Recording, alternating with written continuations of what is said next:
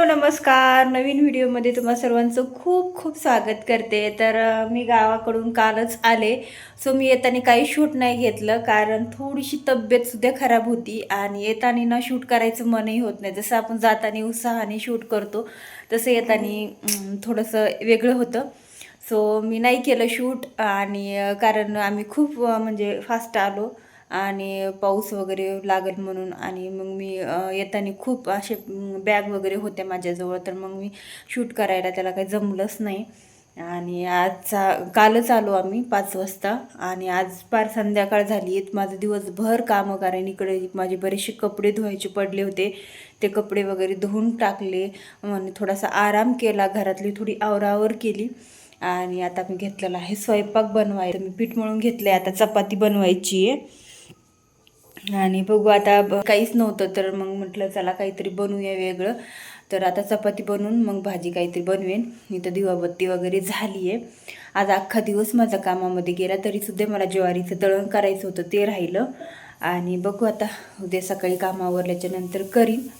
आणि मग उद्यापासून ब्लाऊज स्टिचिंगचं काम सुरू होईल, कारण ऑलरेडी लग्नाचे ब्लाऊज येऊन पडले होते बरेचसे दिवाळीच्या अगोदरच. आणि अजूनसुद्धा ब्लाऊज यायला लागलेत, आता लग्न कार्यक्रम वगैरे साखरपुडे त्याचेसुद्धा. तर आता ब्लाऊज सुरुवात झालेली आहे ब्लाऊजला. आणि मग आता ते सुद्धा कामं मला करायचे आहेत. आणि सोनू काय करते बघू आपण. काय करते सोनू? मी बघा हे माझे चित्र. मी छान छान चित्र काढते. बघा सोनू अशी चित्र काढतीये. मस्त फिश काढलाय बा, मस्त छान छान चित्र काढतीये. आणि ही रात्री चित्रकलाची वही आणली ना. आणि सोनूचे ना क्लास सुरू झाले, त्याच्यामुळे आम्हाला लवकर यावं लागलं. आजचं नाही गेली कारण उशीर झाला, पण आता उद्यापासून सोनू क्लासला जाईन, तर त्याच्यासाठी मग आम्हाला लवकर यावं लागलं. नाहीतर आम्हाला 2-3 दिवस अजून राहायचं होतं, नाही का सोनू? गावाकडं राहायचं होतं, पण तिचे क्लास सुरू झाले, मग त्याच्यासाठी यावं लागलं. आणि हे काहीतरी बनवलं आहे, हे फटाक्याचे जे हे राहतात ना बॉक्स, त्याचं हे बनवलेलं आहे.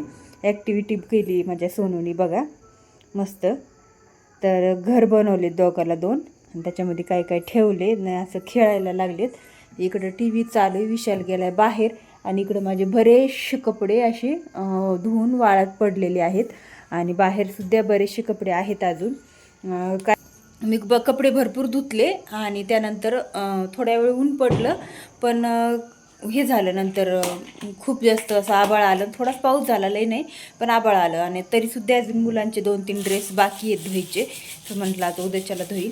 कारण काय होतं, गावाकडे जाताना सुद्धा आम्ही जे सकाळचे कपडे राहिलेले असते ते सुद्धा तसेच होते धुवायचे. आणि गावाकडून येताना सुद्धा तसेच कपडे आणले होते, धुतलेले नव्हते. आणि मुलं काय करतात, सतत कपडे चेंज करतात, मग भरपूर सारे कपडे पडतात. तर मग हे तर असतंच. चला बाकीचे आता कामं आवरले होते दिवसभरामध्ये, जेवढे आवरले तेवढं थोडासा आराम पण केला. गाडीवर काल दिवसभराच्या प्रवासाने खूप जास्त थकलेलं होत होतं, तर थोडासा नॉर्मल आराम केला मी, जास्त नाही. आणि अजून माझ्याकडे भरपूर सारे ब्लाऊज यायला सुरुवात झालेली आहे ना, अगोदरच आलेले होते, काही येऊन पडलेले होते. सो आता लवकरच लग्न सुरू होते, साखरपुडे पण सुरू झालेले आहेत. आणि खूप सारे कामं पडलेत, तर ती कामाची पण सुरुवात करायची ना. अधूनमधून असे वेगवेगळे व्हिडिओज पण येतील तुम्हाला. आता जे काही व्हिडिओ आपले पहिले शूट केलेले होते मी गावाकडं, मी जास्त नाही 2च व्हिडिओ बनवले गावाकडं, कारण शूट करून माझी मेमरी ह्याची फुल झालेली होती मोबाईलची. काय झालं, व्हिडिओ अपलोड होत नव्हते आणि नेटवर्कचा खूप जास्त प्रॉब्लेम होता. जसं जसं व्हिडिओ अपलोड होईल तसं तसं मी व्हिडिओ शूट करून ठेवते, असं होतं. पण व्हिडिओ अपलोडच होत नव्हते, मग शूटिंग करायला जास्त काही गॅलरीमध्ये जागा उरली नाही. सो असं झालं. 2-2 मोबाईल असूनसुद्धा मग मला शूट करायलासुद्धा जास्त मन नाही झालं, कारण थोडंसं हे होतं, एकदा तिकडे रमून गेलं ना तर मग कंटाळा येतो शूट करायचा. सो तुम्हाला मी मागच्या व्हिडिओमध्ये पण सांगितलं की त्याचं कारण काय होतं शूट न करण्याचा, कारण उत्साह नाही राहिला. अक्कीला बघूनच थोडंसं वाईट वाटत होतं, मग त्याच्यामुळे थोडंसं शूट नाही केलं जास्त, जेवढं थोडंफार शूट केलं, जास्त नाही केलं. सो चला आता चपाती वगैरे बनवून घेते आणि मग बाकीचे कामं आवरते. आणि आजचा इतकाच व्हिडिओ, पुढचा व्हिडिओ अजून बनवेल थोडा थोडा, ते सुद्धा मी ॲड करून याच्यामध्ये टाकेल. त्यानंतर दुसऱ्या दिवशी सकाळपासून उठल्यापासून कामाला सुद्धा लागतले होते. म्हणजे काल पण थोडे कपडे धुतले होते, आज पण धुतले. सणामुळं बरेचसे कपडे कपाटातले बाहेर आलेले होते आणि साड्या वगैरे बरेचसे कपडे तसेच होते. तिकडं जायचं म्हणून तसे ठेवले होते. परत तिकडचे इकडे येताना परत तसेच घेऊन आले होते. मग सगळे कपडे धुवून टाकले. 2 दिवस बऱ्यापैकी ऊन पडलं होतं, तर मग कपडे वगैरे मस्त छान असे सुकून निघले. तर म्हटलं चला आता साड्या व्यवस्थित ठेवून द्यावा, कारण जास्त डेली यूजच्या साड्या मी वरती ठेवत असते. ज्या चांगल्या अशा मस्त साड्या असतात, डिझायनर साड्या कधीतरी घालण्यासारख्या, सो त्या साड्या मी सगळ्या कपाटामध्ये ठेवते. तर मग म्हटलं चला आता व्यवस्थित कपाटामध्ये ठेवून घ्यावे, जेणेकरून कसं व्यवस्थित ठेवल्याच्या नंतर ज्यावेळेस आपल्याला घालायचे असतात ना, त्यावेळेस पटकन असं सापडतात आणि ही घालायची ती घालायची अशी पटकन डोक्यात पण येतं. तर इथं विशालचं काहीतरी लुडबुड मध्ये चाललं होतं, नाचत होता आणि काहीतरी घेऊन असं पिशवीमध्ये. तर मग मी इकडे ठेवून देत होते. तर त्याचं इतकं लुडबुड चाललं होतं आणि मध्ये मध्ये असे काहीतरी उठारेटी होतात, जसं सांडणं वगैरे काहीतरी. मग त्यांनी ना एका ह्याच्यामध्ये खूप सारं असं ठेवलेलं होतं भरून. तर मग इथं बघा मस्त असं रचून झालं आहे माझं कपाट. सगळ्या साड्या व्यवस्थित ठेवून दिल्या, तरी पण खालचं राहिले. दाखवते मी तुम्हाला बघा. ह्या सगळ्या खालच्या साड्या तशाच पडल्यात, मी तसं ठेवले. आपण म्हटलं जाऊ दे आता ते नंतर आवरावं. आता मग भाजीपाला त्यांनी आणलेला होता तो बऱ्यापैकी ना निवडला होता, पण काही निवडायचं राहिला होता. तर मग म्हटलं निवडून घ्यावं. आणि ह्या लाल मिरच्या आहेत ना, ह्या गावाकडे जाताना फ्रीजमध्ये तशाच होत्या, तर मग फ्रीज बंद केल्यामुळे त्या लाल होऊन बसल्या.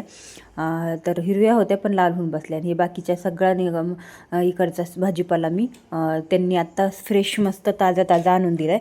तर सगळं निवडून वगैरे स्वच्छ करून ठेवणार फ्रीजमध्ये. फ्रीज पण मस्त क्लीन करून घेतलं आहे आज. 2-3 तास मला क्लिनिंगमध्येच गेल्या बऱ्यापैकी. अजून थोडं किचनचं क्लीन करून घेतलं. आणि विशालचं इथं डान्स करायचं पण चाललं होतं, कारण मग नेटकं त्याच्या मावशीचा फोन आला होता, तू येणार आहे का म्हणून. तर मग त्याने ते ऐकलं की आम्हाला मावशीच्या इकडे जायचं आहे, म्हणून मग तो असा नाचत होता. तर मी म्हटलं चला आता एवढे सगळे कामं आपटून घ्यावी आणि मगच जावं, कारण आलेले 2 दिवस झाले कामातच चाललेत माझे घरातले. बाहेरचे सुद्धा बरेचसे ब्लाऊज वगैरे येत आहेत, पण अजून स्टिच करायला बसले नाही. पण उद्या बहुतेक मी बसेल. आज सगळे हे फ्रीजमध्ये व्यवस्थित ठेवून हे करून आकीच्या इकडे पण जाऊन यायचं आहे. तर मग म्हटलं अगोदर हे सगळं व्यवस्थित ठेवून द्यावं.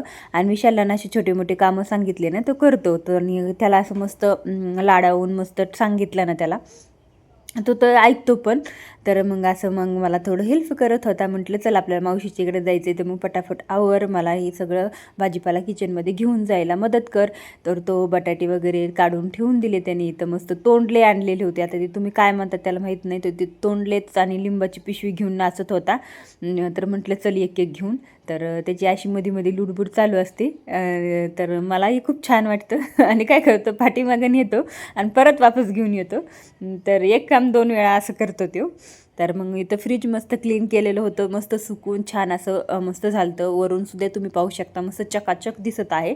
आणि आतमधून पाहू शकता कसलं सुंदर आणि मस्त चकचक पांढरं शुभ्र दिसत आहे. याचा क्लिनिंगचा व्हिडिओ मी ऑलरेडी अपलोड केलेला आहे, शॉर्ट व्हिडिओ तुम्ही पाहू शकता. घरच्या घरी क्लीन कसं करायचं ते मी व्हिडिओ टाकलेला आहे. आणि लिक्विडसुद्धा मी घरच्या घरीच बनवलं आहे, आपल्या घरच्या खायच्या वस्तूपासूनच. जास्त काही त्याला खर्च वगैरे काही लागत नाही अजिबात. आपल्या घरच्या घरी मस्त बनवलं आहे. आणि हे सुद्धा जे काचा वगैरे असतात ना, ते सगळे त्याचे फ्रीजचे मी भांडेत ना, काचा वगैरे ते रॅकचे, तर ते सगळं मी काढून व्यवस्थित स्वच्छ धुवून घेतलं होतं. आणि मस्त कडक उन्हामध्ये वाळून वगैरे आणले आतमध्ये, आणि ते बसून घेते आता. तर ते सुद्धा आपण स्वच्छ केले ना, तर मस्त असा क्लीन आणि चकचक फ्रीज दिसतो. आणि फ्रीजमध्ये काही पण ठेवायला मस्त वाटतं.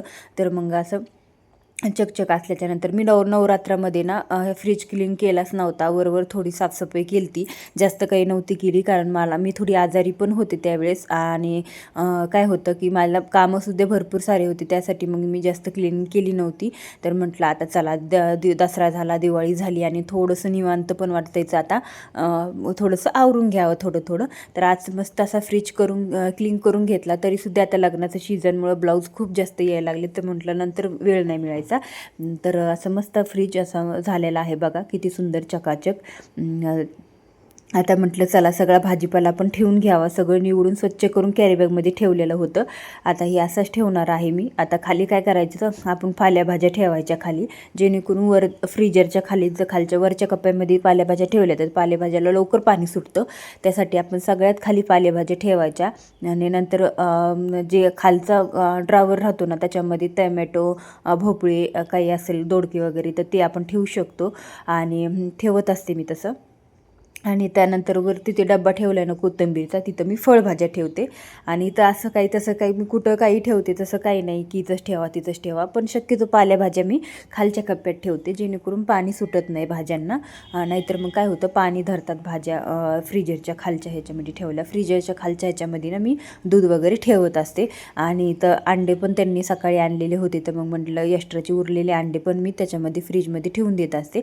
कारण कधी खातात पण कधी नाही, पण मग 4-5 दिवस राहून जातात ते अंडे, तर मग फ्रीजमध्ये ठेवल्याच्या नंतर बऱ्याच दिवस व्यवस्थित आणि छान राहतात. आणि वरच्या एकदम फ्रीजरच्या खालच्या कप्प्यामध्ये मी दूध आणि मसाल्याचे हे ठेवत असते डबे वगैरे. तर बघा अशा पद्धतीने ठेवून घेतले मी. आणि त्या लाल मिरच्यासुद्धा थोड्याशा निवडून घेतल्या कारण त्याची चटणी बनवण्यासाठी म्हटलं होईल कामी येतील, आणि असे ठेवून घेतले. तर सिंपल असं मांडणी केलेली आहे मी फ्रीजची. आणि अजून माझ्याकडं फ्रीजमध्ये भाज्या ठेवण्यासाठी डबे नाही आहेत, तर ते पण मी लवकरच घेईल आणि तुमच्याशी शेअरसुद्धा करील. तर मग नंतर म्हटलं आता घ्यावा आवरायला. हातपाय तोंड वगैरे धुतलं, सगळं व्यवस्थित झाडून वगैरे घेतलं, क्लीन करून घेतलं स्वच्छ. आणि मस्त आता म्हटलं आवरून घ्यावा. आता पहिलं पूर्ण वॉश करून घेतलं, तोंडाला वगैरे मस्त क्रीम लावून घेतली. मी जास्त काही मेकअप वगैरे करत नाही, फक्त हेच करते, थोडंसं क्रीम लावते, थोडं लावलं तर कधीतरी पावडर लावते, नाहीतरी जास्त नाही. आणि हेअरला केसाला सुद्धा मी जास्त काही लावत नाही, फक्त आपलं कोकोनट ऑइल हे करते, पॅराशूट ऑइल आहे ना तेच लावते.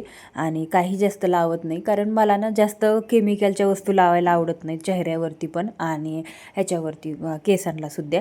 तर माझं नॉर्मली जे रुटीन असतं तेच मी करत असते आणि वेळही मिळत नाही की ह्या सगळ्या गोष्टी करण्यामध्ये. तर आता ना 2-3 दिवस झालं केसाची हालत झाली होती, पण म्हटलं चला आता नंतर एक दिवस छान असं हेअर वॉश करावं आणि मस्त मेहंदी वगैरे पण लावून घ्यावी. तर जे आहे ते म्हटलं सध्याचं आता असंच राहून द्यावं. तर मग आवरून घेतलं आणि मस्त केस पण स्वच्छ करून घेतले, गुंतुडा वगैरे बाहेर काढून आले, केस लावून चॉक लावून घेतला आणि सिंदूर वगैरे लावून घेतला. असं सिंपल माझं आवरून झालं. आणि कुठे जाणार आहे ह्याचा नेक्स्ट व्हिडिओ तुम्हाला येईलच. तोपर्यंत व्हिडिओ लाईक करा आणि चॅनलला सबस्क्राईब.